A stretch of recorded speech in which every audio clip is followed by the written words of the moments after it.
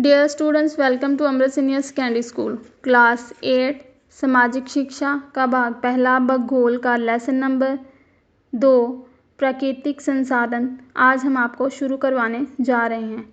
इसमें हम आपको खनिज पदार्थ, भूमि, पानी, प्राकृतिक वनस्पति के बारे में समझाएंगे।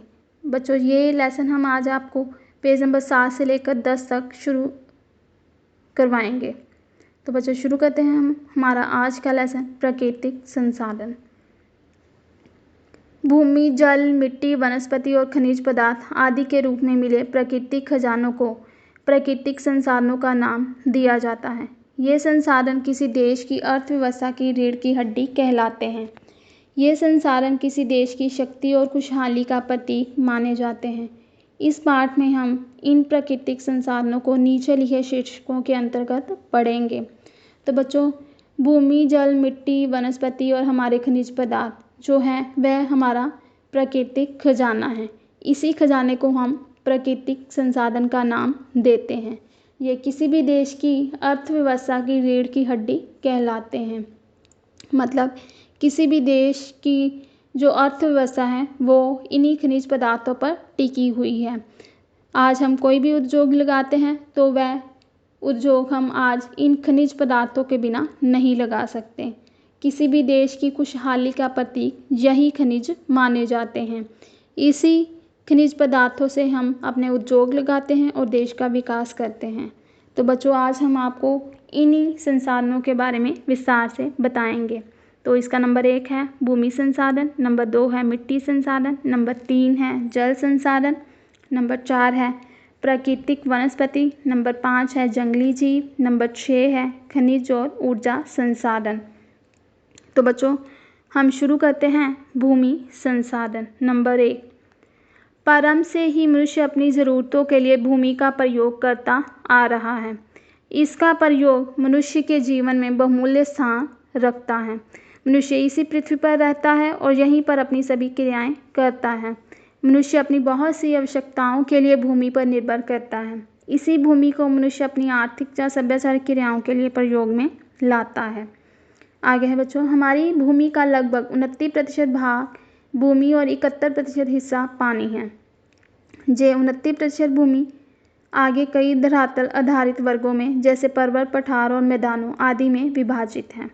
मनुष्य की आर्थिक क्रियाएं धरातल आधारित रूपों के अनुरूप बदलती रहती हैं। विश्व के पर्वतीय भाग मनुष्य के रहने के लिए अनुकूल नहीं हैं। दूसरी तरफ मैदानों में अधिक सघन जनसंख्या मिलती है, क्योंकि जहां मनुष्य की लगभग सभी आवश्यक ज़रूरतें प्राप्त हो सकती हैं। भारत देश की गिनती दूसरे बड़े देशों में होती है, जहां का विशाल आकार इसका एक महत्वपूर्ण संसाधन है। इसका क्षेत्रफल 32,87,782 वर्ग किलोमीटर है। भारत का लगभग 30% भाग पर्वतीय है। इन पर्वतों को संसाधनों का भंडार भी कहते हैं। ये सुंदरता के पक्ष में भी देश के लिए महत्वपूर्ण है। पठार कुल क्षेत्रफल का लगभग 27% भाग है। इन पठारों से भी हमें कई प्रकार के खनिज पदार्थ प्राप्त होते हैं। इन पर कृषि की जाती है। तो बच्चों, हम अब आपको इसका विस्तार से वर्णन करवाते हैं। बच्चों, प्रारंभ से मतलब शुरू से ही जब से धरती पर जीवन शुरू हुआ, मनुष्य ने भूमि का प्रयोग करना शुरू किया। मनुष्य इसी धरती पर रहता हुआ अपनी सभी क्रियाएं अर्थात अपने सारे काम धरती पर ही कर रहा है। मनुष्य अपनी ज़रूरत के अनुसार ही भूमि का चुनाव करता है। जैसी उसकी ज़रूरत होती है वह उसी अनुसार भूमि पर अपना कार्य करता है। बच्चों, मनुष्य जो है वह भूमि का प्रयोग घर बनाने, कृषि करने, उद्योग लगाने तथा सभ्याचारिक गतिविधियों के लिए करता है।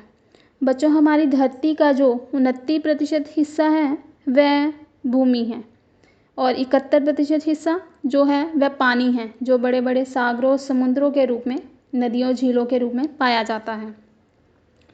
बच्चों, जो 29% भूमि है वे आगे कई धरातलीय वर्गों जैसे पर्वत, पठार और मैदान आदि में बटी हुई है। संसार के जो पर्वतीय हिस्से हैं वह मनुष्य के रहने के लिए अधिक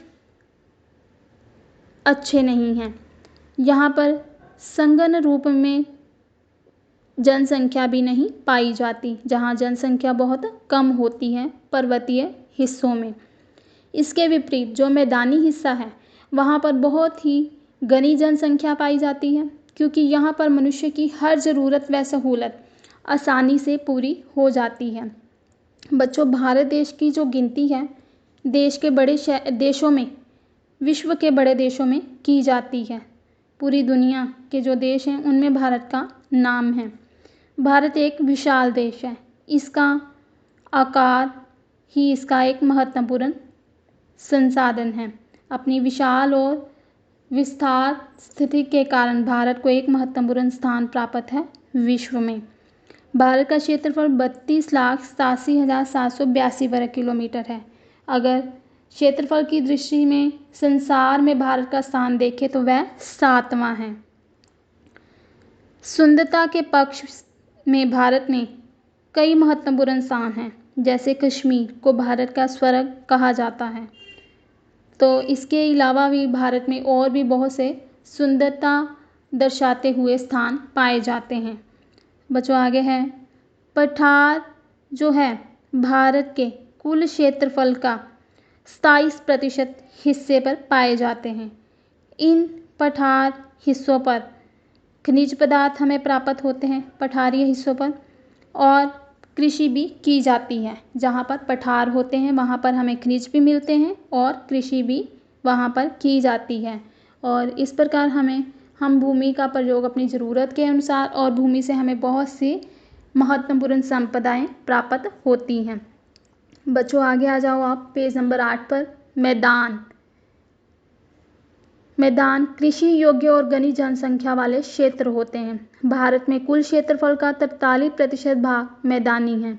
मैदान मनुष्य की अनेकों ज़रूरतों को पूरी करते हैं। कृषि और वनस्पति के अनुरूप मैदानी भूमि बहुत ही बहुमूल्य मानी जाती है। कृषि को अनेकों अन्य तत्व भी प्रभावित करते हैं, परंतु भूमि प्रमुख और महत्वपूर्ण भूमिका निभाती है। मतलब मैदान क्या होते हैं? कृषि योग्य और घनी जनसंख्या वाले क्षेत्र होते हैं। ये हमारी कुल क्षेत्रफल का 43% हिस्से पर पाए जाते हैं। मैदान वह हिस्सा होता है जहाँ संघन रूप में जनसंख्या पाई जाती है और कृषि करने के लिए मनुष्य की हर ज़रूरत, किसान की हर ज़रूरत आसानी से वहाँ पर पूरी हो जाती है। उसे पानी भी अच्छी ढंग से प्राप्त हो जाता है और मनुष्य की अपनी जो निजी ज़रूरतें होती हैं वह भी आसानी से पूरी हो जाती हैं।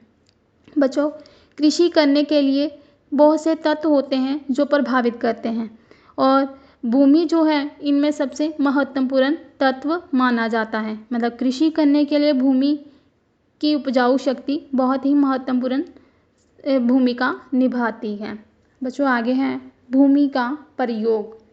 भूमि का प्रयोग कई प्रकार से कर सकते हैं। भारत में भूमि का प्रयोग हम नीचे लिखे वर्गों के अनुसार करते हैं। बच्चों, नीचे चार्ट बना हुआ है जहाँ पर लिखा हुआ है भूमि प्रयोग।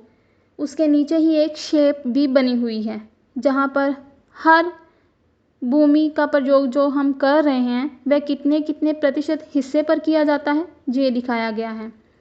तो बच्चों, अगले पेज पर पेज नंबर 9 पर भारत का नक्शा बना हुआ है। इसमें भी भूमि कहाँ कहाँ पाई जाती है उसको अलग अलग रंग में दिखाया गया है। तो बच्चों, हम पहले चार्ट को देखते हैं। भूमि प्रयोग। वनों के अंतर्गत भूमि, मतलब जो जंगल के अधीन भूमि क्षेत्र आता है वह। तो बच्चों, नीचे शेप में देखो, वो 23% हिस्सा है जो कि हमारे जंगलों के अधीन आता है। कितने प्रतिशत हिस्सा है शेप में? 23%। गाढ़ा रंग है। आगे ऊपर चार्ट पर देखो, भूमि के अंतर्गत कृषि क्षेत्र, मतलब जहाँ पर कृषि की जाती है, बिजाई की जाती है, वह 46% है। शेप में इसको देखो, ये नीले रंग में है, 46% लिखा हुआ है जहाँ पर सबसे ज़्यादा क्षेत्र। आगे ऊपर चार्ट पर देखो बच्चों, कृषि के बिना छोड़ दी गई भूमि जो कि 8% है। शेप में इसको फीके लाल रंग में दिखाया गया है, 8%। फिर ऊपर चार्ट पर देखो आप, कृषि योग्य परंतु व्यर्थ भूमि, जो कि नीचे शेप में 5% हिस्से में दिखाई गई है, गाढ़ा रंग है, 5% हिस्से में। ऊपर फिर चार्ट पर देखो, चरागाहों और वृक्षों के अधीन भूमि, नीचे शेप में जो फीका हरा रंग है, 4% जहाँ पर लिखा हुआ है वहाँ पर पशु चराए जाते हैं और वृक्ष लगाए जाते हैं, 4%। ऊपर चार्ट पर देखो अब, कृषि अयोग्य भूमि, कृषि अयोग्य भूमि जिनमें बंजर भूमि भी शामिल होती है, वह नीचे शेप में 14% फीके पीले रंग में दिखाई गई है, 14%। इस प्रकार हम कितने प्रतिशत हिस्से पर भूमि का प्रयोग किन किन रूपों में कर रहे हैं ये बताया हमने आपको। अब पढ़ते हैं बच्चों। भारत के क्षेत्रफल का 22.2% भाग वनों के अंतर्गत आता है। भारत जैसे घनी जनसंख्या वाले देश में 33% क्षेत्र वनों का होना चाहिए। इसी तरह देश में बड़े पैमाने पर वृक्ष लगाने चाहिए और वनों को काटने पर कठोरता से प्रतिबंध लगाना चाहिए। मतलब कि भारत एक घनी जनसंख्या वाला देश है और यहाँ पर जो जंगल भूमि है वह मात्र 23% है, जो कि एक घनी जनसंख्या के रूप में देखा जाए तो बहुत ही कम है। वैज्ञानिक दृष्टि से ये प्रतिशत हिस्सा बहुत कम है। वह कितना होना चाहिए? ये 33% हिस्सा होना चाहिए। तो इसको बढ़ाने के लिए हमें क्या करना चाहिए? हमें वृक्षों को काटने पर कठोरता से कानून बनाने चाहिए, प्रतिबंध लगाना चाहिए और ज़्यादा से ज़्यादा हमें वृक्ष लगाने की ओर ध्यान देना चाहिए, ताकि हम इस प्रतिशत हिस्से को 23 से 33% कर सकें। तो बच्चों आगे पेज नंबर 9 पर मैप देखो, भारत का मैप, भारत का नक्शा, जिस पर हम भूमि का प्रयोग कहाँ कहाँ कर रहे हैं। तो बच्चों पहले है पीला रंग।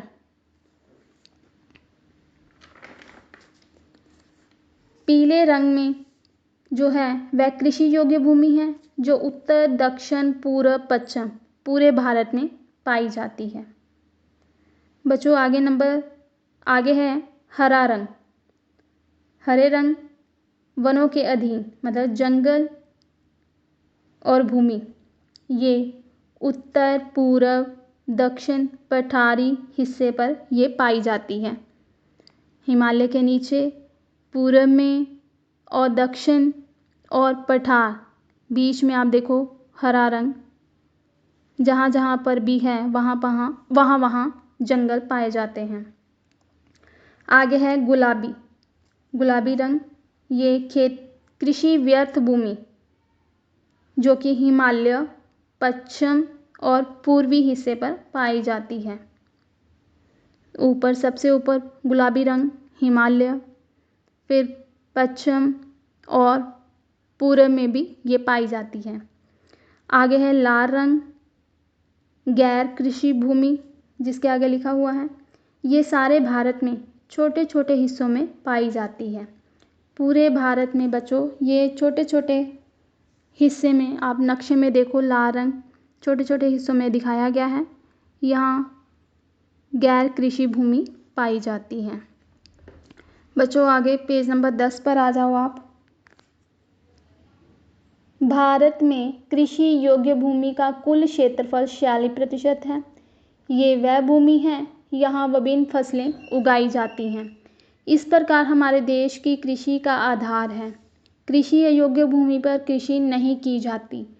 ऐसी भूमि गांवों, शहरों, सड़कों, रेलवे लाइनों, नदियों और झीलों ने रोकी हुई है। इस प्रकार की भूमि का कुल क्षेत्रफल 14% है और इस श्रेणी में बंजर भूमि भी शामिल होती है। आगे है 8% के लगभग भूमि खेती के बिना छोड़ी हुई है। इस प्रकार की भूमि पर कृषि तो की जाती है, परंतु इसे 1 से 5 वर्ष तक खाली छोड़ दिया जाता है। ऐसा इसलिए किया जाता है ताकि भूमि अपनी प्रयोग हो चुकी उपजाऊ शक्ति को दोबारा प्राप्त कर सकें। आगे है बच्चों, कृषि योग्य परंतु खाली छोड़ी भूमि। कृषि योग्य तो होती है परंतु कुछ कारणों से इस पर कृषि नहीं की जाती। कुछ समय पहले इस पर कृषि की जाती थी परंतु इसे जल की कमी, अधिक लवणता, मिट्टी अपरदन, पानी का वहाँ खड़े रहना या कुछ और कारणों के कारण कृषि इसके लिए नहीं की जाती। कुल भूमि का 5% इस श्रेणी में आता है। कुल भूमि का 4% भाग चरागाहें और पशुओं को चराने के लिए प्रयोग किया जाता है। ये क्षेत्र पशुओं को चराने के लिए काफ़ी कम है। भूमि एक बहुत ही महत्वपूर्ण और सीमित साधन है। इस साधन को और बढ़ाया नहीं जा सकता, इसलिए ये आवश्यक है कि भूमि का प्रयोग बहुत ही अच्छे ढंग से किया जाए। तो बच्चों, हम अब आपको इसका विस्तार से वर्णन करवाते हैं। भारत में कृषि योग्य भूमि का जो क्षेत्र है वह 46% है, जिस पर हम फसलें उगाते हैं, फसलें बीजी जाती हैं। तो बच्चों, ये पूरी भूमि कुल क्षेत्रफल का 46% हिस्सा है और ये भूमि उपजाऊ क्षेत्र में भी गिनी जाती है। इस प्रकार हमारे देश की कृषि का आधार है ये 46% हिस्सा। कृषि अयोग्य भूमि पर कृषि नहीं की जा सकती, मतलब जहाँ जो भूमि कृषि के योग्य नहीं है उसको हमने खाली छोड़ दिया, व्यर्थ छोड़ दिया, तो उस पर कृषि तो की नहीं जा सकती। इस प्रकार वो भूमि किसके अधीन आ गई? गांव, शहरों, सड़कों, रेलवे लाइनें, नदियों और झीलों के अधीन पाई जाती है व्यर्थ छोड़ी हुई भूमि, जिसमें कि बंजर भूमि भी शामिल होती है। बंजर भूमि जो कि हमारी, जिस पर हम कृषि नहीं कर सकते। तो बच्चों, ये सारा हिस्सा 14% क्षेत्रफल के अधीन आता है। हमने आपको विशेष शेप में दिखाया जो कि फीके पीले रंग में था। तो बच्चों, इस 14% हिस्से में बंजर भूमि और सड़कों, गांव और शहरों के लिए इसको इस्तेमाल में किया जाता है। 8% जो भूमि है वहाँ पर कृषि तो की जाती है परंतु उसे 1 साल के बाद कृषि करके 5 साल तक के लिए खाली छोड़ दिया जाता है। मतलब 1 साल उस पर कृषि की जाती है, उसके बाद उसको 5 साल तक के लिए खाली छोड़ा जाता है, फिर उसके बाद कृषि की जाती है। ऐसा इसलिए किया जाता है ताकि भूमि की जो उपजाऊ शक्ति है उसको और बढ़ाया जा सके, ताकि फसलों की पैदावार अच्छी हो और भूमि का जो उपजाऊपन है वह समय समय पर बढ़ता रहे, इसलिए इसको खाली छोड़ दिया जाता है। बच्चों, आगे हैं कृषि योग्य परंतु खाली छोड़ी भूमि। कृषि योग्य तो होती है परंतु उसे कुछ कारणों से कृषि नहीं होती। क्यों नहीं होती? उसका भी एक कारण है। मतलब कि जो 5% हिस्सा था जो कि हमने कृषि के लिए खाली छोड़ा था, कुछ समय पहले वहाँ पर कृषि की जाती थी परंतु पानी का निकास सही तरीके से ना होने के कारण, जहाँ पानी की कमी होने के कारण, मिट्टी का खोदना इत्यादि कारणों के कारण वहाँ पर कृषि करना छोड़ दिया गया। इसलिए वह 5% हिस्से पर पहले कृषि की जाती थी काफ़ी समय पहले, परंतु वहाँ पर ज़रूरत आसानी से पूरी ना हो पाना और पानी का निकास सही ढंग से ना होने के कारण वहाँ पर कृषि अब नहीं की जाती, उसको खाली छोड़ दिया गया। आगे जो 4% हिस्सा है जो कि हमने पशुओं के चारे के लिए रखा है और वहाँ पर हमने वृक्ष भी लगाते हैं। तो बच्चों, ये बहुत ही कम हिस्सा है पशुओं के लिए चारे के लिए।